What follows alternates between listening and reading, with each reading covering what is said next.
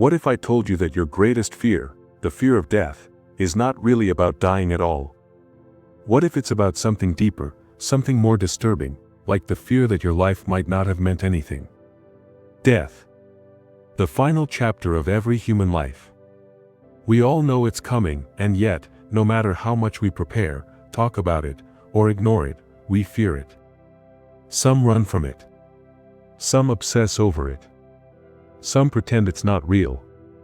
But the question remains, why do we fear death so deeply? Is it the pain? The mystery? The loss? Or is it something far more philosophical, a fear not of death itself, but of what it says about life? Think about it.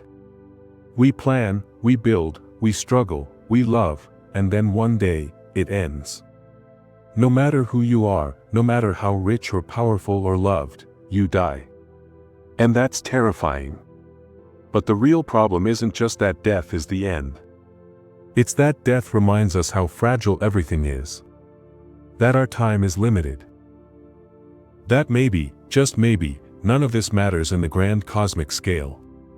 This is where the fear begins, not in the darkness of death, but in the emptiness it might leave behind. From the moment we become aware of our own mortality, usually in childhood, we carry this silent weight. Ancient philosophers like Epicurus tried to calm this fear. He said, "Death is nothing to us, because when we exist, death is not, and when death exists, we are not." In simpler words, if you're dead, you won't be there to worry about it. And yet, that logic doesn't stop the fear. Why? Because we don't just fear being gone. We fear being forgotten. We fear living a life that disappears like smoke. And that's why people chase legacies. Why they build monuments, write books, raise children, start movements. Not just to live, but to last. Because deep inside, we don't just want to survive. We want to matter.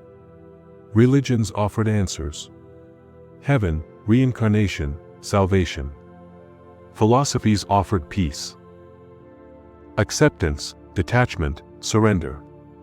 But even now, in the age of science and space travel, the fear of death still haunts us. It hides in our anxiety, in our endless rush, in our social media obsession with being seen. It hides in our constant craving for more, as if more life could fill the fear of its end. Here's the key moment, the turning point, when you realize that fearing death is actually fearing the waste of life.